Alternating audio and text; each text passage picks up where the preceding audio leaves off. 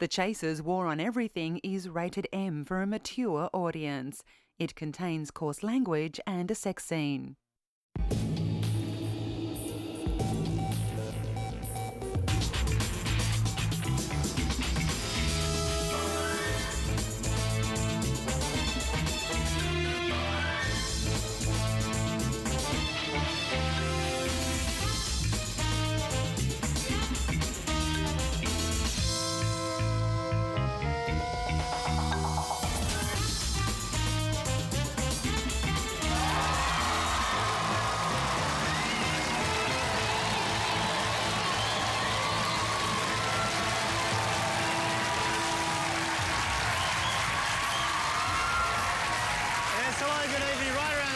Welcome to this special APEC wrap-up edition of the War. Great as always to have your company. And Craig, aren't these Dryserbones great? What a fantastic, appropriate choice, wasn't it? Because after APEC refused to set targets for climate change, the world pretty much will be dry as a bone. It will be, but look at it. You can't expect too much to come out of a $330 million summit, Chris. I mean, for some leaders, it was hard enough just knowing what the summit was called. Mr. Prime Minister, thank you for your introduction. Thank you for being such a fine host for the OPEC summit.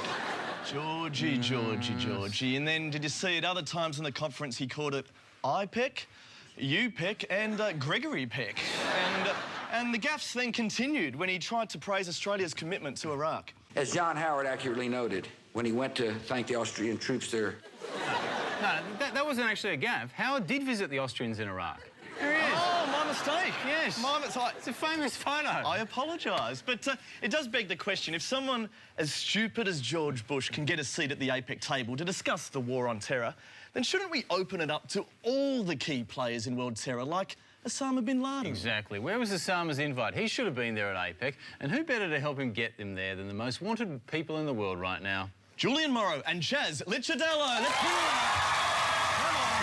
Explain yourself.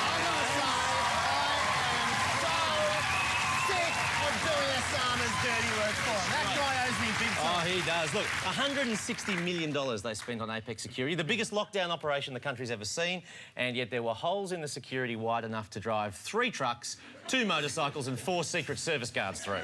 Top effort, blokes. Let's have a look now at how it all unfolded. Talk us through it. OK, well, Osama likes to travel in style, right? So we made a do-it-yourself motorcade, cunningly disguised with this Canadian flag. Oh, yeah. It's a modern-day Trojan horse. Yeah, but there are a few hints we were fakes, like our official code, SFA.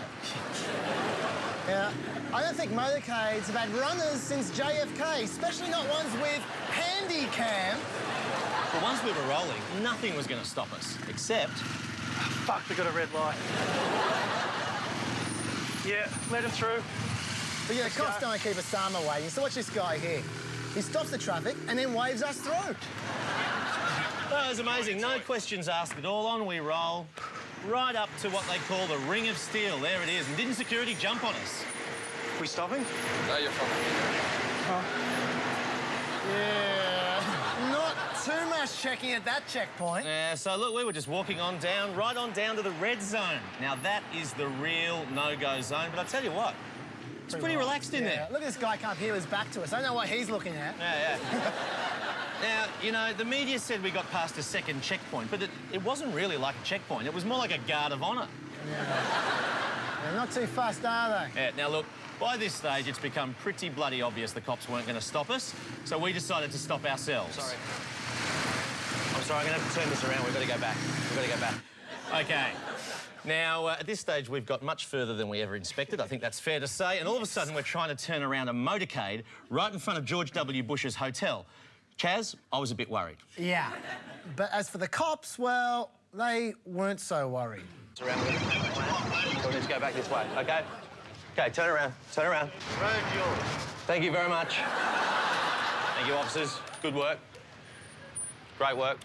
Well, they did say the road was ours. Ours to do whatever we like, apparently. So, look, we've been in that car for ages, so we thought we might stretch our legs a little. OK, let's walk. Let's walk. Yeah, all right, let's go. Come on. He's walking with me. All right, come on, let's go. And I think this is when they got a bit suspicious. I think so, So, yeah. who are you? Officer Julian Morrow. Chase. VIP liaison. OK. So here I am, Osama bin Laden, staying 10 metres away from Bush's hotel. So what do? They arrest the other guy. Oh, no, hang on. Oh, there's some other guys coming to arrest you now. No, they're for me as well. Poor old Osama. No one likes Osama. Oh, they got him then. Give it up for our Apex supervillains, Julian and Chaz.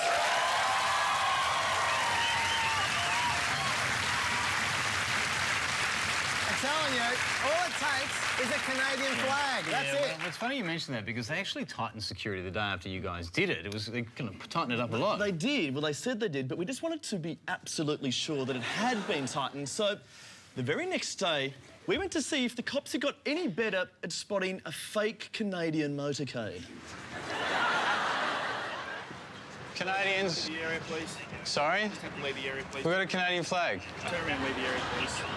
I can't believe it. What's wrong with this thing? I can't believe This doesn't look any more ridiculous than the other one. It's a big improvement. It was good, Much yeah, tighter, which is very reassuring. Well, not quite, Chris, because there was actually another security breach at APEC which left the police even more red-faced.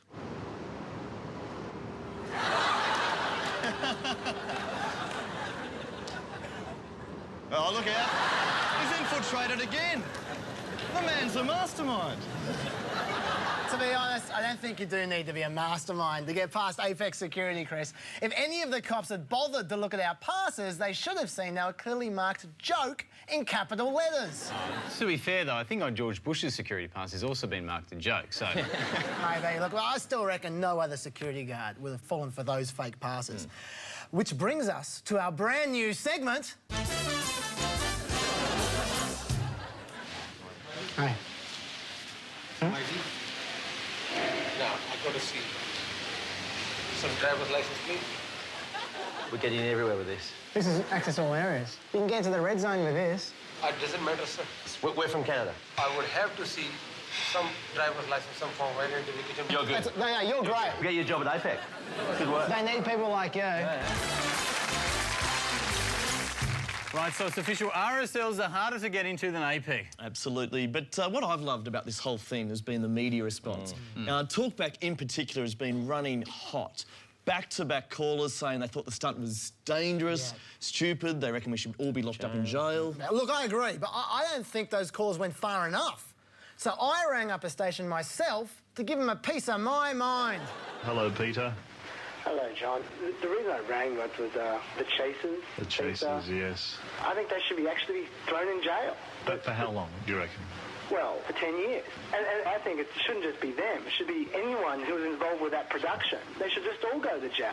Right, You so need this to is send the a way very for strong message. this is the way to make the others think about what it is they're involved in. Absolutely. Yeah. Actually, throw their boss in jail. How far do you want to go? I mean, do you want to go to the boss of the ABC, maybe? Absolutely. Throw the boss of the ABC in jail. Why not? Throw the whole board. Maybe make an example of someone that they actually care about, like, say, like that Kerry O'Brien guy. I imagine he was involved somehow. If you throw him in jail, maybe those chaser guys wouldn't think they're so funny. Yeah, I think that would certainly clarify a few things. Hey, You'd sell him, Chaz, you'd sell him. Yes, but it was one of those stories where everyone had an opinion. I mean, even the opposition leader, Kevin Rudd, weighed into it. 胡主席先生，我代表我和我夫人对您表示我们个人的欢迎，到我们澳大利亚来访问。 I've got a funny feeling that if he becomes our next Prime Minister, he'll probably redesign Parliament House to look a bit like this. But look, guys, motorcades aside, I think it was actually quite a good APEC. It was quite a successful APEC, and of course it climaxed on Saturday night with the official APEC fireworks, which incidentally, no one in Sydney was allowed to watch. Yeah, that's true. Everyone in Sydney was told to stay at home to avert their eyes as the fireworks were only to be watched by APEC dignitaries. That's fair enough, but Sydneysiders hate missing out on a fireworks display, so we decided to put on a rival fireworks show which the public could watch at the very same time as the APEC one. So here it was, last Saturday night. There's the official APEC fireworks over Sydney Harbour. 3, 2, 1. Then Hanson and I put on a bit of a show of our own.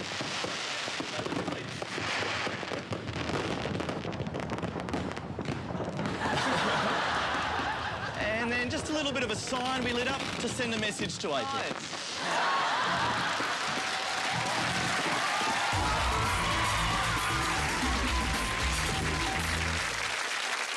From the creators of Californication, now comes Ken Fucky.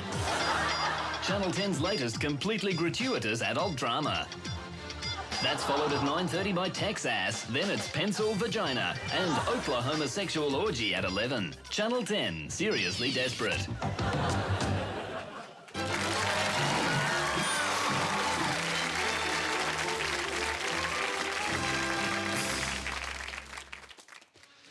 Excuse me, I couldn't help noticing how beautiful you were. I just wanted to give you these flowers. Thank you. Hi, my name's Andrew. What's your name?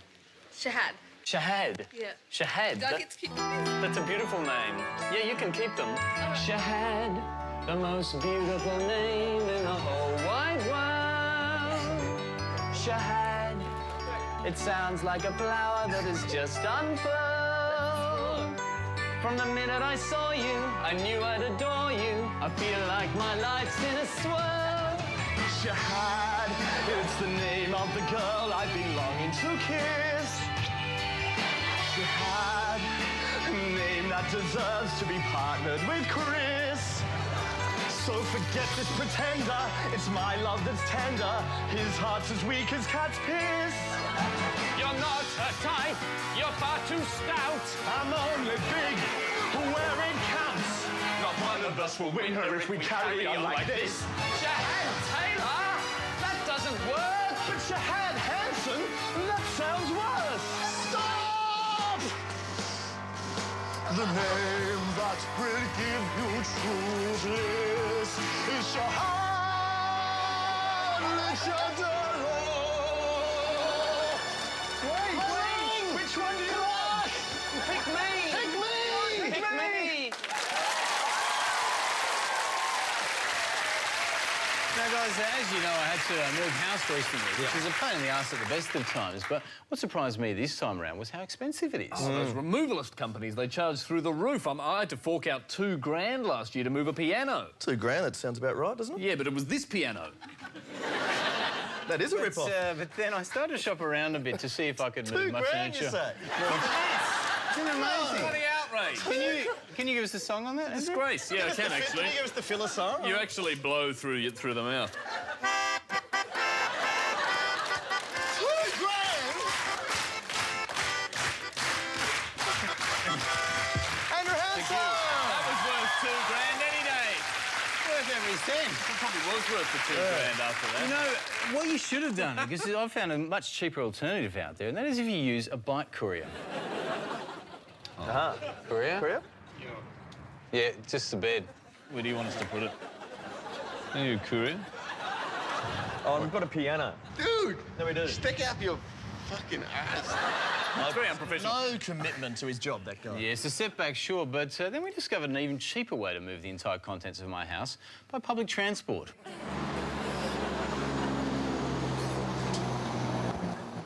But I just need 3 tickets for humans, and I need about another 20 or 30 tickets for our furniture. We've got the lampstand, this sofa, there's a pretty large bookcase, a widescreen television, 5 boxes and 2 suitcases and a dog in a cage. Oh, that's fine. We can stick in the luggage. We'll sit on the couch. We'll load it in. Well, OK. If we can get the sofa in.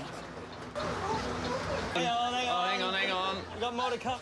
No. Oh, no. We can't move in 2 installments, man. Yeah, I can't. Sorry. Hey, you're not bringing that on. How do you normally get the bookshelves in? You don't, mate, you don't. We've got a sofa. We've also got a lampstand. Oh, for Christ's sake, Hanson, get on! How many of you got there? Well, there's just 3 of us. Pass the dog over. But I think our Where's the furniture pavement? probably takes 30 Where or you 40. going? We're just going to the city. 850. That's 850's worth. That's not enough, I don't think.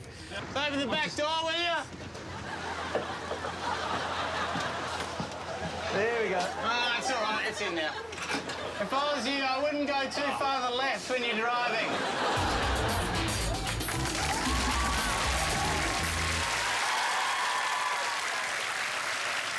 I'm generally generally not a huge fan of Robin Williams' whimsical comedies. But I've always had a bit of a soft spot for Patch Adams. Ah, yes, the doctor who prescribed laughter as the best medicine of all. The very one, Mr. Licciardello. It's based on a true story of the Gesundheit Institute, where doctors dressed up as clowns to bring happiness to sick children. Well, that's a great idea, and I've got to say, it's one I'm surprised hasn't been adopted by other professions besides medicine. I mean, it certainly removes some of the doom and gloom at your local vet. I'm sorry, but we're going to have to put Mindy down. Bobo, can you come in, please?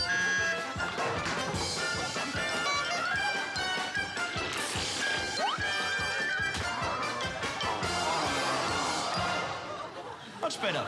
And don't tell me it wouldn't cheer up the prisoners a bit on death row. Blindfold the prisoner.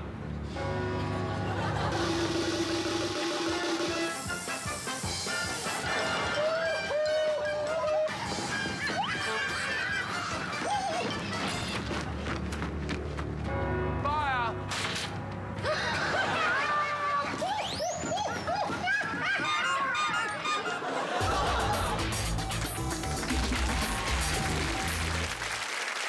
Is your laundry too bright and cheerful? Then wash your clothes in Emo. The darkness molecules in Emo attack the fabric, depressing your clothes and bringing out those blacks. Emo shrank my clothes so they fit really awkwardly. It makes me feel disaffected. For best results, use tears instead of water. Emo. End stains, end your life.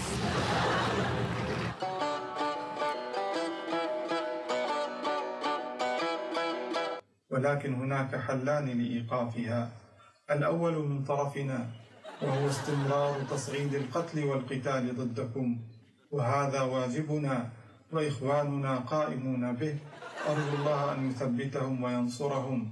فبعدما ظهر وتبين لكم العالم أجمع عجز النظام الديمقراطي وعبثه بمصالح الشعوب ودمائها، فتتم التضحية بالجنود والشعوب من أجل مصالح الشركات الكبرى، وبذا قد ظهر للجميع أنهم هم الإرهابيون الظالمون على الحقيقة.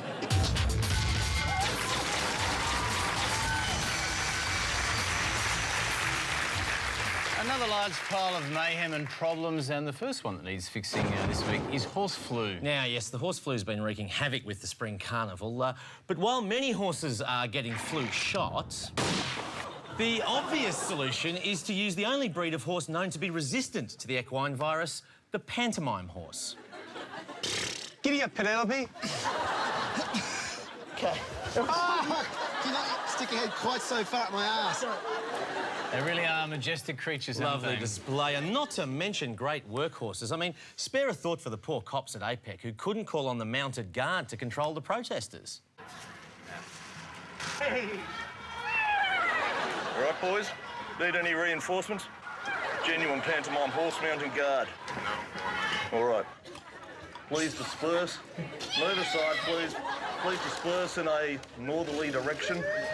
But anyway, on to our next problem this week. It's China's evil president. While most APEC protesters seem to be in a lather about President Bush, they didn't seem to care at all about President Hu Jintao, whose country's human rights record is 1,000 times worse than America's. Yeah, it turns out China executes more of its own citizens than all of the other nations in the world combined. And they've got this little quirk that they do. They make the family of an executed prisoner pay for the bullets used in the execution. It's a lovely touch, Yes, they literally send them a bill for the bullets. So I thought I'd get China to pay the bill for the bullets that I was going to use. Hi, I just need to get someone to prepay for the bullets. I'm going to assassinate the president, Hu Jintao. The bill for the bullets. 黄领事，我现在这里有一位有些是。 And then we'll wait outside there. We get a minute to talk. Oh, you get the minute to talk? I think it'd be great. Thanks very much. I just think I'm going to assassinate the Chinese president, Hu Jintao, and I just wanted you guys to prepay for the bullets. I've got the bill here. I just wanted to sort out the boring admin before we do it. Is that okay? I don't understand you. Well, when we assassinate him, I wanted you to pay for the bullets. You know, traditional victim pays approach. You're making jokes? Look, I don't want a confrontation here. We're all like, I'm from the ABC. We're all communists here. It's okay. I'm trying to assassinate Hu Jintao. Yeah. You can keep him out. If you get him to stand still, I would just use one bullet to save money. Wouldn't go covering the Beijing Olympics if I were you. All right, our next problem this week is Foxtel, specifically the History Channel, who recently screened a documentary about Hitler made by the infamous Holocaust denier David Irving. Yes, they later took it off air after a flood of complaints, but there was one viewer who was pretty upset by the doco's axing. It was pretty much his favourite show, so he went to ask the head of Foxtel to bring it back.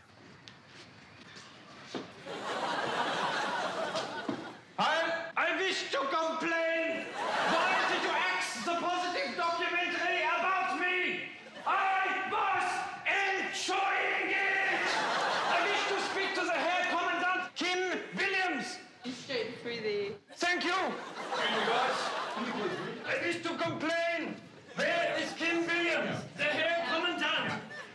You can't just kill something off because you disagree with it. I did, but you can't.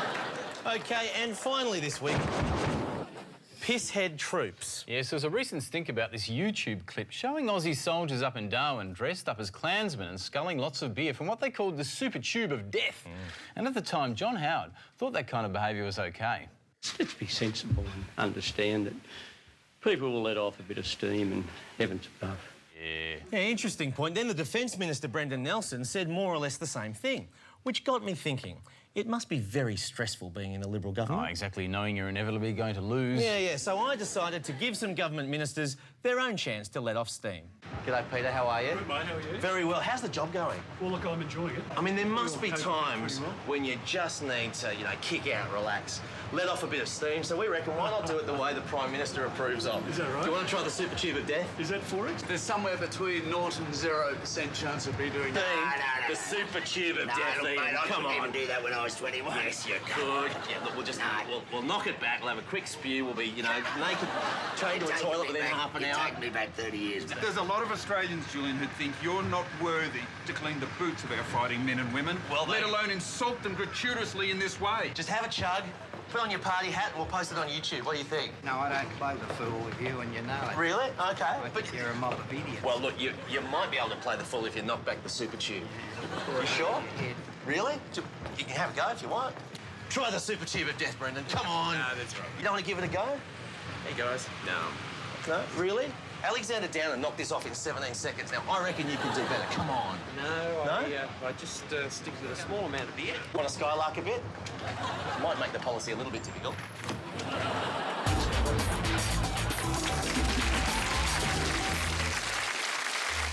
At the Steve Irwin Australia Zoo, we're doing our bit to protect one of the world's most endangered species, the Irwin. Did you know that Irwins are dying at an average rate of 1 a year, and that many of their young are put at risk or taken out of their natural childhood habitat and exploited? With your support, we can help protect these amazing creatures and make sure no more of these beautiful Irwins die out. Please act now and help give an Irwin like Bindi a better life.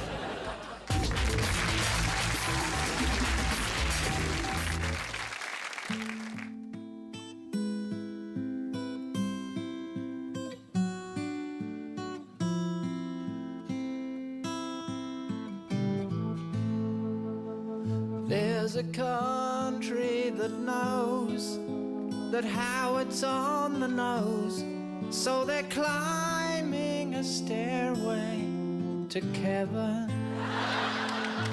We'll hold back this new twerp with the smug, nerdy smirk, who needs Facebook and MySpace to find friends. He'll win your hearts with tacky t-shirts. Join the team now. It's ALP USA style. He'll distance himself from the unions. He don't like boys' clubs. He only likes clubs with strippers. When he gets drunk on rum and gin, he can't recall a single thing.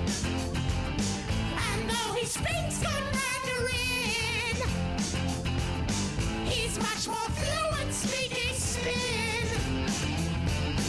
He's got no economic plan, but he can dance with Carrie Ann.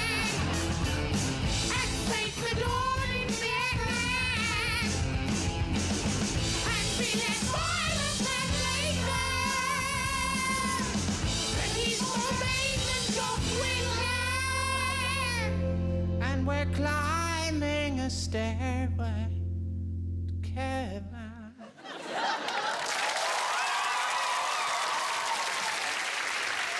Yes, thank you guys. Beautiful bass miming as always by Chaz, and that's all we have time for this week. Remember, you can podcast tonight's show by going to abc.net.au/chaser. And you can watch most of that APEC motorcade footage to be replayed again at a Sydney local court on the 4th of October. And then again on Canada's Funniest Home Videos. Yeah, but look, jokes aside, we should say that it's been a pretty bizarre week in the life of this show, and I'd like to stress that it wasn't just Chaz and me who were arrested last Thursday. No, it's not all about us. There were 9 other people charged alongside us, hard-working producers, crew, drivers and extras. And as a gesture of our gratitude, we'd like to give them a moment in the spotlight now too. OK, that's enough. All right.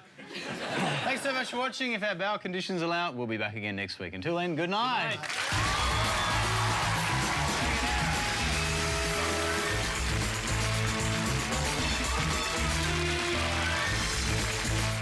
On Friday, after the replay of The Chasers War, top your week off with great music and interviews with the hottest recording artists on JTV. 11:50 Friday night on ABC.